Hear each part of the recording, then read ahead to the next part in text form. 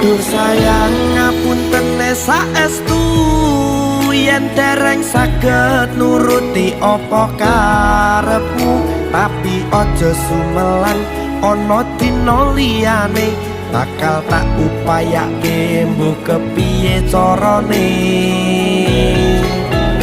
Tresnoku ora bakal luntur, sayangku ora bakal goyah senajan kahanane bubrah.